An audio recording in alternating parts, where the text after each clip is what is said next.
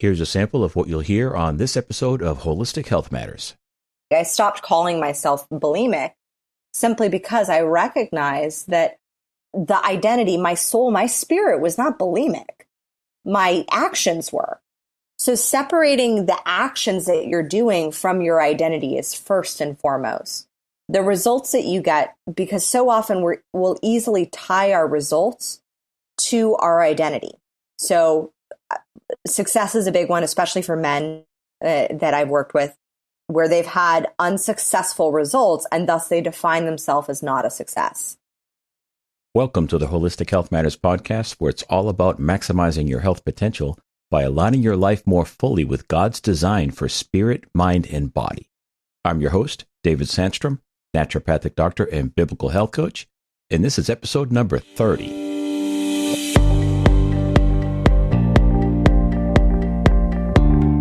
This episode is brought to you by Sauna Space.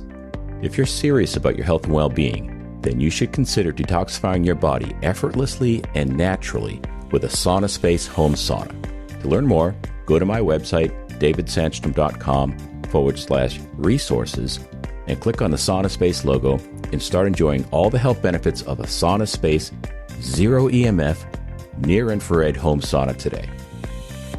Today we have with us Kimberly Spencer. Kimberly is an award-winning high-performance coach and trainer, Amazon best-selling co-author, and founder of crownyourself.com. Kimberly, welcome to the show. Thank you so much for having me, David.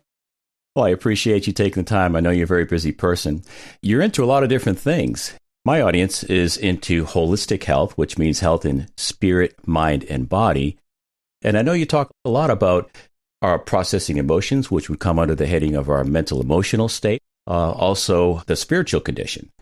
You're really in the personal development space, which I consider myself as well. So when you're into holistic health, it kind of goes beyond just simple health and wellness. You cross the line over into personal development, which I think you're really firmly in that space as well. Is that correct? Very much so, yeah. The easiest and simplest health book could be written to eat less, exercise more, eat healthy, and there you go. Right. We've all heard that before. We've all heard that. Why is it that there are so many health books? Why is it that health is something that we're struggling with? It goes beyond just diet and exercise and do some meditation. It is about the holistic being. I work with a lot of entrepreneurs, and what I see is this perception of compartmentalization, of this perception of, well, my spirituality is this, and then my relationships are in this box, and then my business is in this box, and they don't touch each other.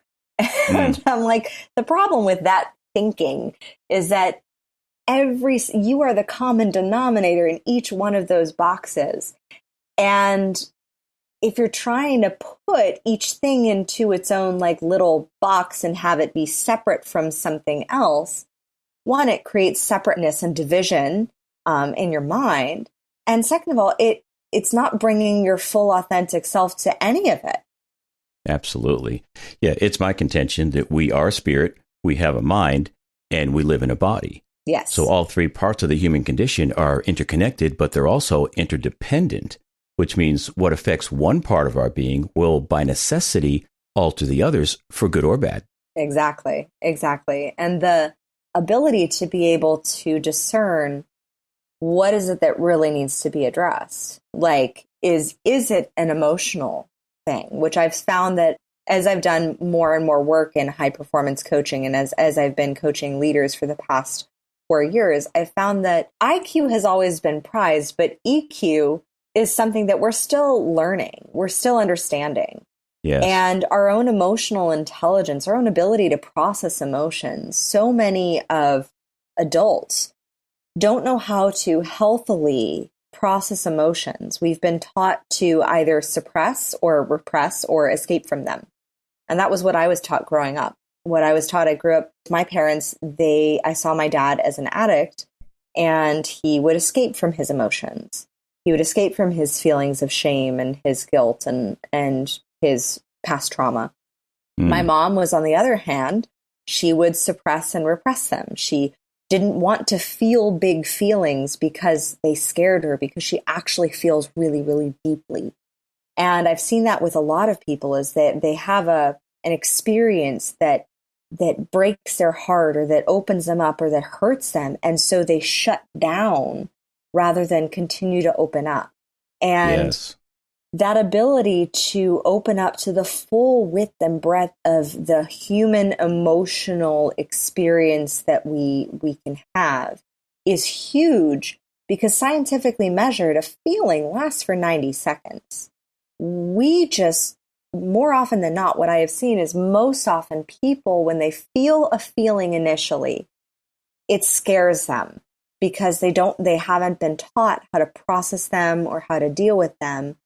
And so they either repress it and suppress it and stack on like anger that they're feeling that way, guilt that they have that feeling, shame that they ever could even think to have that feeling, fear of continuing to feel that thing. And so they stack it on like a Jenga set. So what could have just been a 90-second full emotional experience to just allow yourself to release it? I think of feelings and emotions kind of like a wave. So the tide doesn't stay in, but if you dam it up, then you're in for some catastrophe if you're damming up the ocean.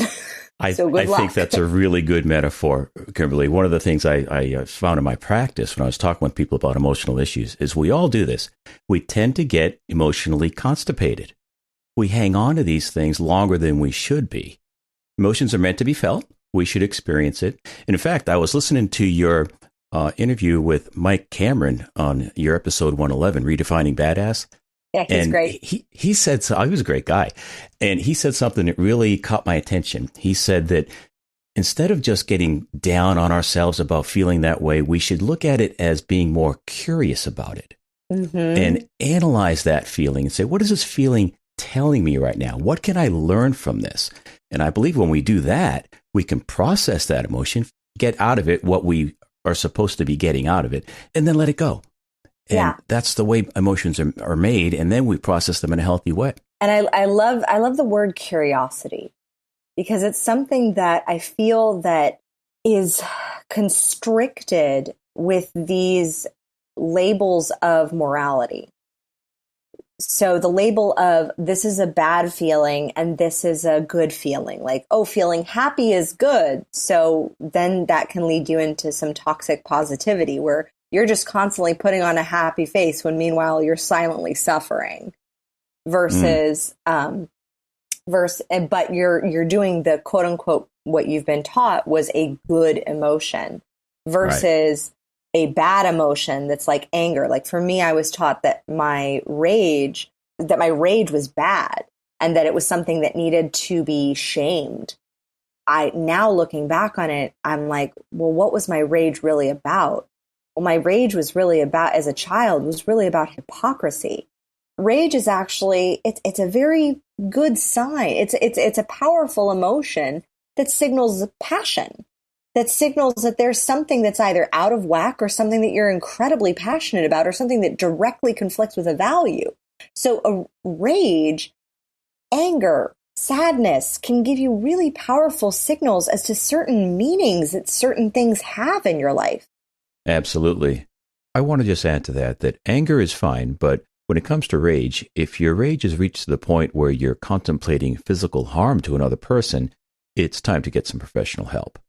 And I would also add that those emotions, at the moment, they may not feel the greatest, but if we process them well, they can help motivate us towards some really productive change. They can motivate us definitely away from things that we don't want. So the thing is that that's a good form of motivation for the short term. But the problem is that I see a lot of people get stuck in that form of motivation, which is moving away from something that they don't want. And there's only so long that you can drive forward toward a destination while looking in the rearview mirror. Interesting. Speak more to that. Well, that's where faith comes in, is eventually you can drive away, you can move away from something that you don't want. But ultimately, if you're still focusing on that thing that you don't want, that thing that you don't want is still driving you. So say, for example, you have somebody who doesn't believe that they're enough. right? So that's a very common belief that that I run up against, and that we all have to different degrees. So somebody doesn't believe that they're enough, and so they don't believe that they're enough, so they don't try, and then they fail at their job, and then they say, well, it's because I'm not enough. And then they go into drinking and they go into drugs and they go down that path. So that's one form of, they just chose not to have it motivate them. Yes. Then there's the other form where they say, well, I'm going to prove to you how much enough I am. And let me just maybe do all these things and achieve all these things and do all these things so that maybe then I feel enough. Well, that's still being motivated by not being enough. Yeah. So it's still a driving. So there's only so far you can drive while looking in the rearview mirror. And some people become very, very successful driving forward while looking in the rearview mirror at fear and all the things that they don't want. Mm-hmm. But a more sustainable, long-lasting strategy for staying motivated is faith and vision. It's being able to turn your focus forward, just like you would on a road, and drive forward towards your destination, where you're able to just occasionally check the rearview mirror for, you see a siren or you see something that you're like, oh, might want to keep an eye out, but you're not constantly looking in that rearview mirror expecting to move forward. You're driving forward toward a destination where you're looking out the front window as to where you're going. I think that's an excellent metaphor. I love that. Did you have something else more to say on that? Because I've got a comment. Oh, please comment away. Well, I'm a naturopathic doctor and a health coach, but I'm also a full-time airline pilot. I've been flying jet airliners for the last 30 years. And a lot of people, the way that metaphor you use is, instead of looking in the rearview mirror, being pushed by those negative feelings, allow yourself to be pulled by looking in the right direction through the windshield, and you'll be far more productive. Well, as an airline pilot, I understand aerodynamics, and most people believe that the lift is created underneath the wing, and that's what keeps the plane in the air. But it's not. The wind underneath doesn't push the plane up. It's the wind going over the top of the wing that kind of like a vacuum sucks the plane into the air. And it's far more effective than trying to pack enough air underneath the wing, if that makes sense. Yeah. So what you're describing is like the airplane gets lifted into the air. We can be lifted to a higher level of living if we're following the right motivation. Mm-hmm. Does that make sense? Yeah, that totally makes sense. One of my clients just fulfilled his childhood dream and bought a plane. So I've learned a lot about, that was a goal that he had joked about when we first started working together. And I said, well, challenge accepted. So I learned a bit about aviation, and I think flight, it's definitely something that is on my list to learn, because there are so many beautiful metaphors attached to flying, and just from the physics of it alone, of being able to take flight, and also, being able to check your instruments and check your tools to make sure that you're staying on track and on course. Well, I like to say we have an office with a view.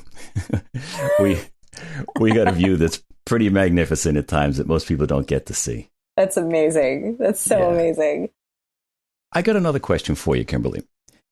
I know you work a lot with moms, and there are people that I've heard this, that, well, it's a little selfish to be spending all that time at the gym and spending all that time shopping and preparing food, because, there's people that need me. My kids need me. My husband needs me. What would you say to that person who's feeling a little guilty about, taking a little me time? Yeah. So first of all, let's examine the word selfish. I get really nerdy about certain words, and selfish is one of them. And the word selfish, if you actually look at it if you break it down, self, that's of the self, and ish. Ish is just a suffix that means characteristics of the self. So it's not that it's a good or a bad thing. Selfishness is not good or bad. It's just being yourself. So how can you be your best self? And then if we were to look at the word that is normally more praised, being selfless, that is actually the suffix less, means less than yourself. So you're not actually fully being all of your highest and best self when you are actually being selfless. You can actually be your highest and best self when you are choosing to lean into being more selfish, but also of service. Like there, and that's where I think that there is a paradox. I don't think that it's a one or the other thing. I think that you can't, that I know that if I go to the gym in the morning, to give you just a personal example, I can wake up earlier. And while as much as I would love to go snuggle with my toddler, who is so cute right now, that as much as I would love to do that, at the same time, I know that I am much more mentally and physically present for him if I go take that hour out at the gym. I become a much higher and better version of myself to be able to serve at a much higher and better level. So as much as I could be selfless and take that time and put him first and get all his needs met first, instead, I choose to be selfish because I know that if I'm striving for my highest and best self, and a characteristic of myself is being of service, then I am of much better service to my son and to my husband by going to the gym, by taking care of myself first, so that the body and my physiology and my presence and my biochemistry is thriving from those endorphins of 45 minutes on the elliptical. And then I can come back and be so much more present for my son and my husband. Absolutely. Amen. That is such a good word. You know, I like to put it this way, is we can only give out of our abundance. And if we want to give the best that we can, the best part of us, we have to be filled ourselves. Kind of like a reservoir is filled up by the river. And when the lake gets up to the top, the water will spill over and give its water, but not be depleted itself because the stream is continuing to fill the reservoir. In the same way, when we fill ourselves up with health and wellness, when we have more energy than the minimum required to get through the day, we're more patient, we're more kind, we're more giving and loving. We become better servants when we've taken care of ourselves first. With the reservoir, I love what you said of that you cannot give, like truly give. Yes. Unless it's out of abundance. Because otherwise, if you're giving, it's out of scarcity, which ultimately scarcity comes from fear. By operating from that scarcity or that fear, then eventually you're pouring so much out of you that there is nothing left. And for me, I know that as provider for my family, as a mom, as a wife, as a servant in essence to my clients, I need to be giving from that space where I am filled, and not it's to where that it's actually, I think of myself, I would be thinking of myself less if I didn't. I would be acting selfless. I would be actually acting in less than myself if I were not taking care of my body, if I were not taking that extra time to honor myself or to care for myself or to care for my health. Yeah, very good.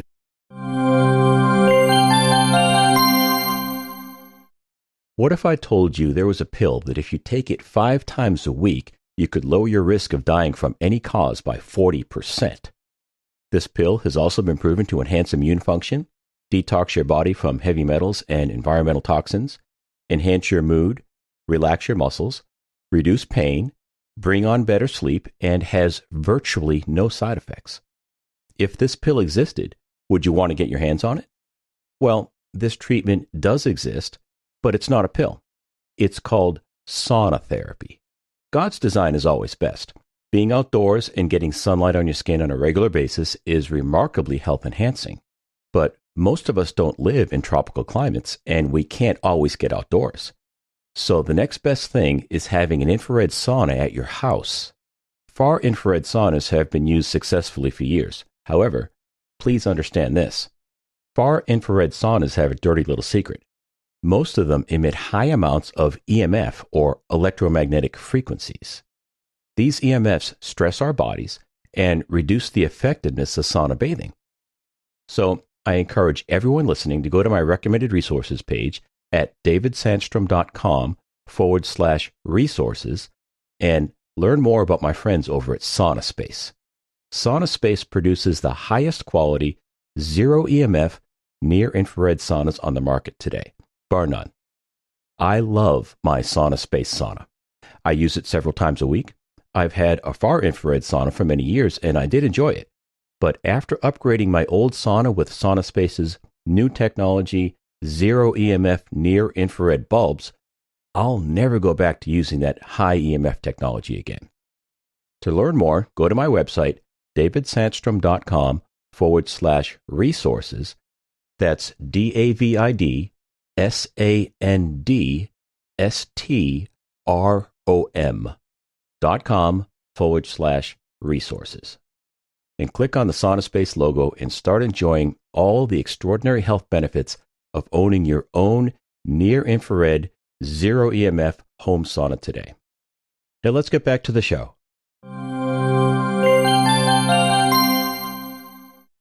Well, that kind of leads me right into the other question I wanted to ask you about, which is that type of thinking is motivated by false beliefs. So how do we identify limiting beliefs, and then what do we do about them to correct them? Well, every belief that we have, a belief is just a thought that we've thought on repeat. And at some point, we adopted certain beliefs to survive.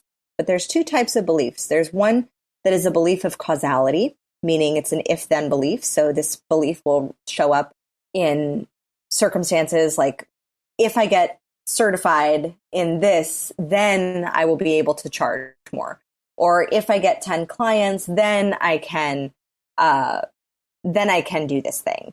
If I can, if I eat this ice cream, then I'll gain 5 pounds in the morning. Those are all beliefs of causality. Then on the other hand, we have beliefs of meaning, where we have certain meaning, where we attach a certain meaning to a thing that happens, or a thing just period. So when you give that thing meaning, for example, when you give the rage the meaning that it's bad, then what happens when you feel that emotion? What happens when, suddenly, does that mean that I'm bad? Does that mean that I'm a bad person for feeling this emotion? That's a slippery slope, isn't it? It's a slippery slope to slide down. Exactly. So really allowing yourself to question, when did I choose to believe that? Because ultimately there was a moment where consciously or unconsciously, we chose to believe that thing. So if everything is a belief, if everything you believe is a thought that you think on repeat, I like to think of beliefs like wardrobe. Like, we know with fashion, there are some beliefs that serve us. There are some forms of fashion that look really good on us. And then there are some forms of fashion that go out of style quite quickly. Yes. But it depends. So sometimes there's that, old sweater that we've been wearing for years that has holes in it that doesn't really, it looks kind of frumpy. It's maybe a little tattered, but it's so comfortable to be in that old sweater. Mm-hmm. Yet you aren't going to wear that old sweater to the job interview.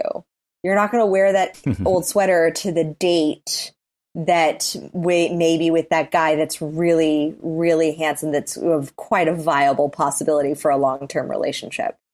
Mm-hmm. And yet that's what so many of us do with our beliefs. We'll carry this belief into other circumstances. A belief that was formed maybe with one person or maybe with one experience will create a meaning around it, and then create a belief around it that will then take into other experiences, to where we constantly then cause ourselves to recreate our past rather than creating a new future. Absolutely. So I always say, start with questioning your beliefs. I mean, for example, I had one client, she was really struggling to lose 70 pounds. She'd gained 70 pounds in about a year. And it was, she was doing everything. She was getting her hormones checked. She was eating all the right things, quote unquote, of just the quinoa and the spinach and the vegetables. And she's like, I can't do one more breast of grilled chicken. And it was, and while I wasn't coaching her on health, I was coaching her on her mindset. And I said, let me just ask you, why don't you want to lose the weight? And she's like, what are you talking about? I've spent all this money. I want to lose the weight. And I said, yeah, but if you really did, it could be gone by now. You've been working at this for 6 to 8 months. Some progress should have been made technically. And maybe with somebody else could have been made. But so I asked her, I said, why don't you want this this, like if we were to really dive into it, just play with this question, if we were to remove the ego out of it. And she sat with it and she said, well, I really like wearing stretchy pants. And I said, I mean, hey, I was a Pilates instructor for 10 years. Like I lived in Lululemons. So I love my stretchy pants as well. But that doesn't make me hold on to 70 extra pounds. So what is it like? You can wear stretchy pants, at a healthy weight. You can wear stretchy pants as That's overweight. the first thing I thought of. Yeah. What else is it? And when we really got down to it, what it was that she was scared of men being attracted to her. Okay, now we're getting somewhere. Yeah, I said, is that ultimately true, that men wouldn't be attracted to you? Because she was a very gorgeous girl, like beautiful woman, even with, 70 pounds, she was gorgeous. Mm-hmm. And she's like, no, I still get hit on. And I was like, so it's not ultimately true, but the weight is like, would you say that the weight is protecting you from actually having another relationship? Or how is the weight serving you? And when we got down to it, she realized that it was like holding on to that extra weight was actually her form of not getting into another emotionally abusive relationship that she had been in the past. Wow. So she was bringing in that past into her future. And once she addressed that, she actually started to get real results. And she actually started to have change that happened. But she had to look into the belly of the beast at the root of what it was that was preventing her from getting the results that she wanted. Got to have a little look under the old hood. Yeah, you got to have a look under the old hood, and you got to be willing to check your ego. Because asking a question like that, and I ask this question of my business clients as well. When I ask them, like, so why aren't you making more money? And they're like, hey, hold up. And I say, if we check the ego, like, what is it? Why aren't you making more money? Like, let's come up with the reasons, because why is a great question to get to all the reasons, to get to all the excuses, and to get to all the limiting beliefs. It's not really a great question to move you forward into a different strategy. But if you want to assess and like find and discover what a limiting belief is, and you're able to look outside yourself instead of being like, well, it's because I'm a failure. It's, and having one of those, then it's, that could be the root of the problem, is that you believe that you're a failure, and therein lies a limiting belief. Exactly. So, I had one of my clients who had been very successful, but he constantly saw himself as a failure. And I said, well, let's look at this. So in your bio, like, that doesn't sound like a failure at all. Like, you sound like a freaking entrepreneurial rock star. So I said, the problem is you're seeing the lower half of the graph. You're seeing all the dips, all the challenges, because you experience them. Versus the rest of the world is seeing all the ups and all the highs and all the championships and all the big successes. I said, the problem is neither you or the rest of the world is looking at the entirety of the graph. And he was like, what? And I said, because there is a through line of that graph that is one line right on the fold between the successes and the failures, and that is your grit. That is your resilience. So it's not that you're a failure because you've had success. You can't say that you're a failure because you've had success. Like, if you've had any form of success, no matter what it is, if you were able to successfully wake up today, that's a success. Like, it depends on how you define what a success is. It sounds like the gal that wanted to lose weight, she probably developed that belief in maybe young adulthood. But it sounds like this guy that you're referring to, this business guy, and I'm assuming this is some clients in your high performance consulting practice, your private one-on-one stuff. So it sounds like this guy is like a lot of people. And that is, those beliefs about those labels about who I am and how I fit into the world are defined in childhood. Oh, yeah. That belief could have come from kindergarten when he was age 5 or 6 or 7.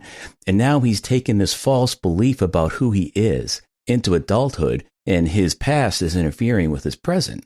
And the great part is that it motivated him to achieve a lot of successes. And that's it circles back to what I was saying about driving forward, looking in the rearview mirror, is that it is a great short-term strategy for success. Yeah. Like, fear can be a fantastic motivator to get your booty into gear and go for it. But it's not a long-term strategy for high performance and continued success. Yes. Absolutely. So when you're doing a consulting, this one-on-one, we talked about limiting beliefs. What other common problems do you see people that are limiting their breakthroughs, keeping them from becoming all the men and women that they're created to be? The identity is a big one. So the beliefs of meaning that you strap onto an identity. I am a failure. I mean, if I was living by the old definition of who I was back, when I was 15 years old and bulimic, I am bulimic. Like, I stopped calling myself bulimic simply because I recognized that the identity, my soul, my spirit was not bulimic. My actions were. So separating the actions that you're doing from your identity is first and foremost. The results that you get, because so often we'll easily tie our results to our identity. So success is a big one, especially for men that I've worked with, where they've had unsuccessful results and thus they define themselves as not a success. Yeah. And I'm like, that doesn't necessarily ring true. What may need to change is your own personal meaning that you've attributed to what is success. Right. I may have failed at XYZ, but that doesn't make me a failure. Exactly. Mm-hmm. And really assessing the language around how you're communicating about your identity.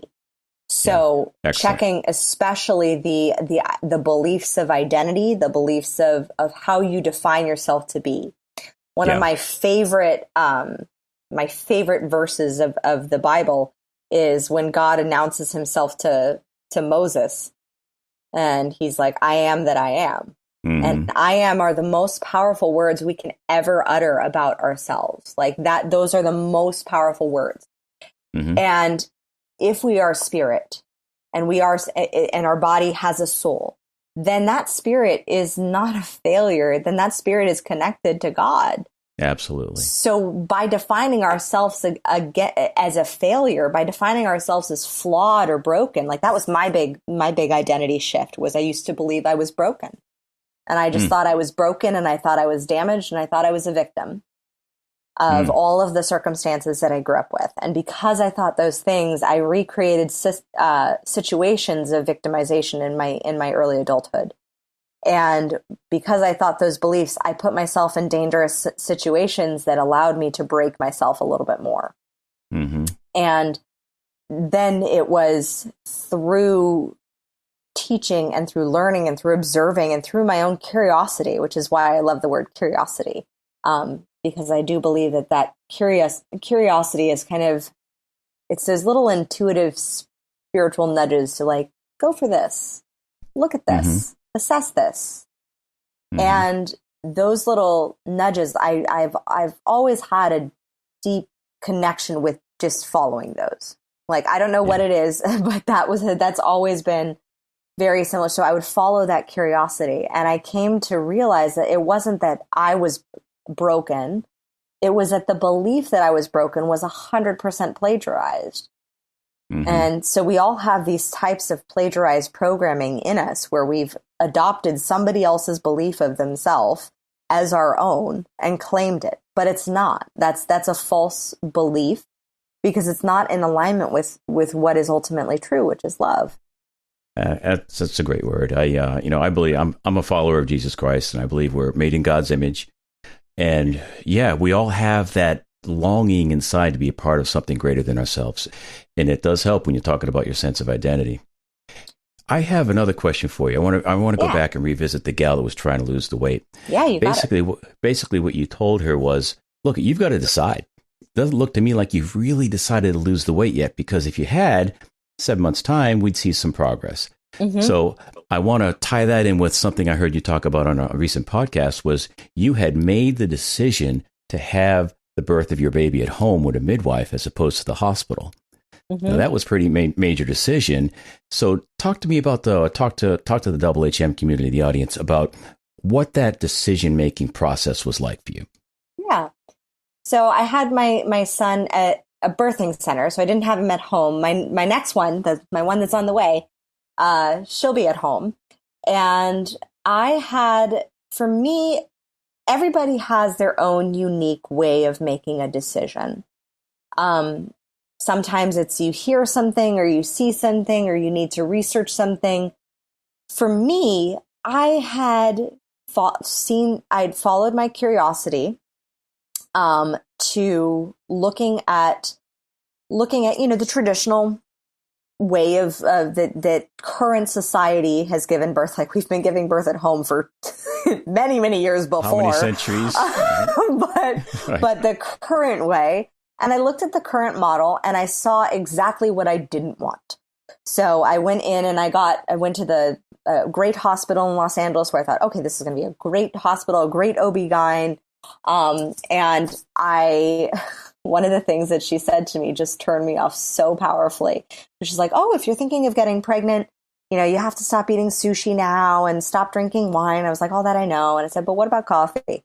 She said, well, actually, according to the American Pediatric Association, you can have 250 milligrams of caffeine a day. Little did I know that when I'm in my first trimester, like, there is no craving coffee whatsoever. It's one of the few smells that I can't even stand.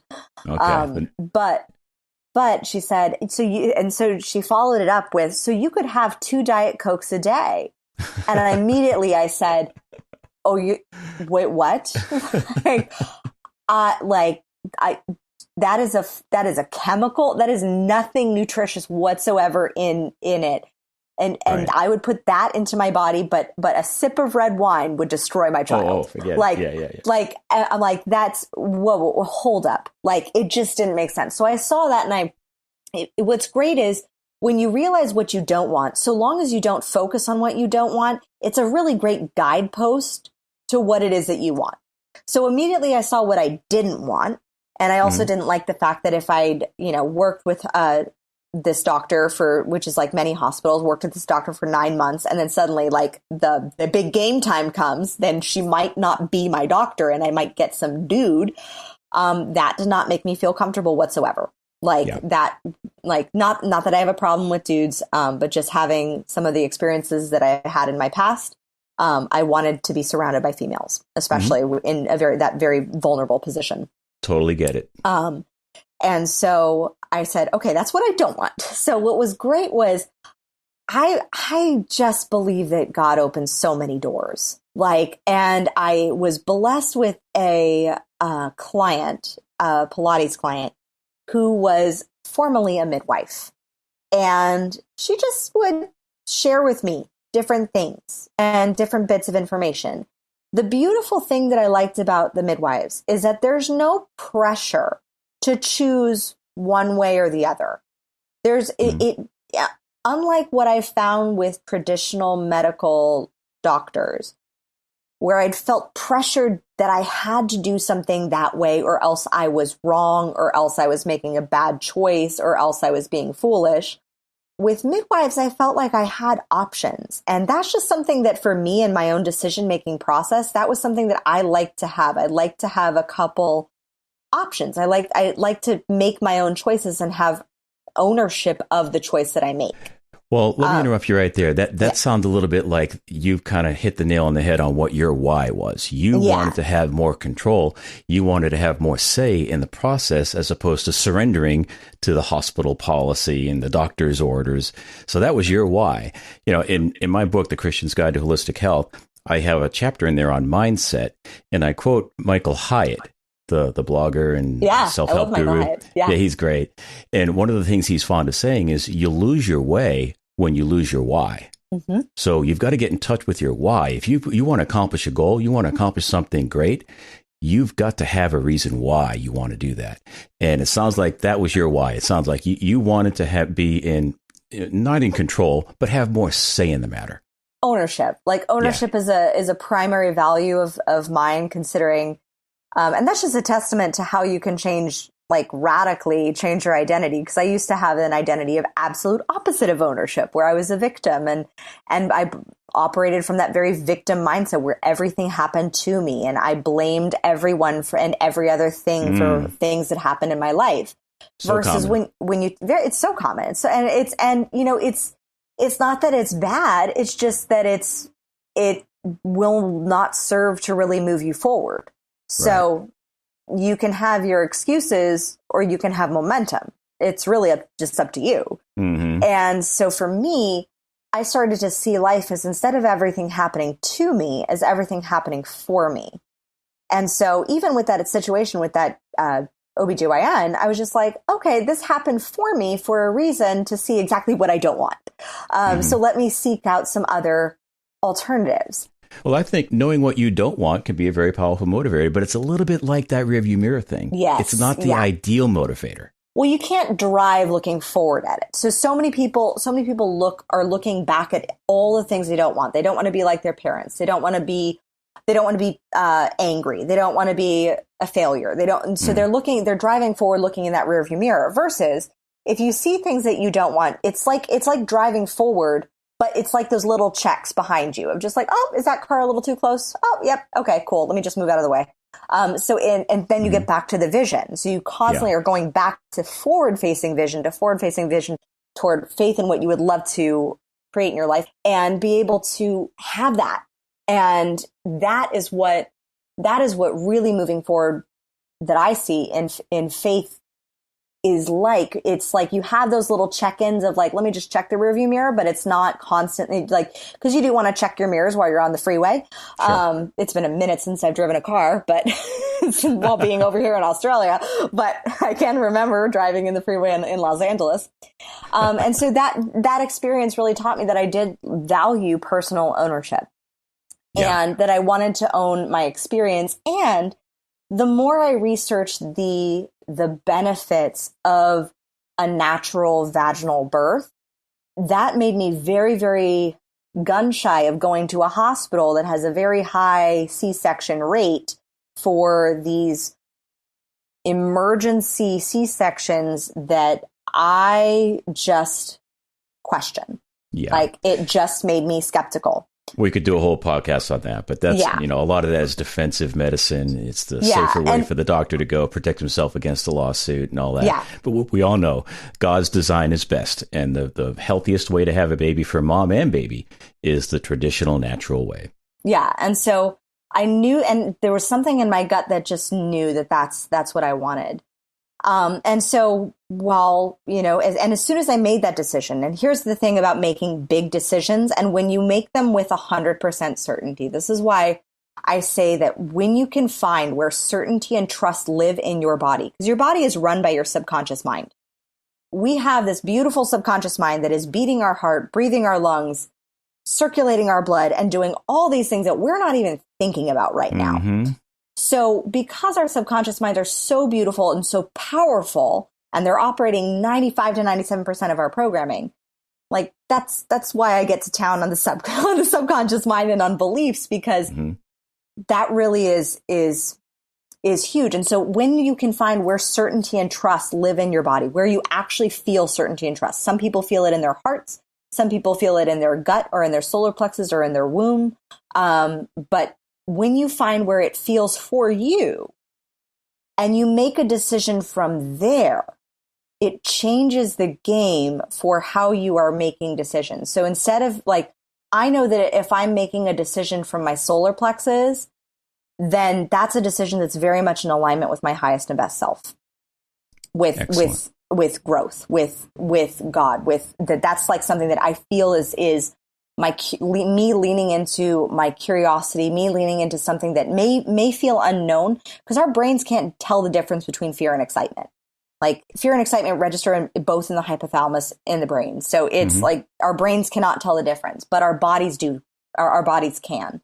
And so when you can find that certainty and trust and make those decisions from that space, it changes the game. Versus I know that if I'm making decisions from like, if I'm feeling anxious, if I'm feeling like I'm making a decision and my lungs and I'm having trouble breathing and I'm struggling with in my throat and in my shoulders and in my upper respiratory area, that is a decision that I'm making from fear. So knowing where fear and certainty both live in your body. Well, that gets back to what I was talking about earlier about the three parts of a human being that can't be separated. I just want to go through, there's another part to that, which is the hierarchy. Let me briefly go through this real quick, and we'll just kind of have to wrap things up. But our spirit is the highest and most noble part of our being, and it's designed to be connected to and in submission to God. And when we do that, our spirit will send healthy instructions to our minds, and our minds will be submitted to God, and our minds will send healthy instructions to our brains, and our brains run our bodies. So that gets into what you were just talking about, a minute ago, about how your unhealthy thoughts can produce unhealthy outcomes in your body, and good thoughts will produce better outcomes in your body. It's all interconnected. We can't separate the three. And I love that you called it the hierarchy of the brain taking direction from spirit, or sometimes it gets a little rebellious and our egos get Sure. get in the way. A lot of balance there. Yeah. And want to rebel against those higher things, because the ego will want to say, this is crazy. Why would you do this? And I get those. Like, that's exactly what happens every time I make a very solid, strong decision.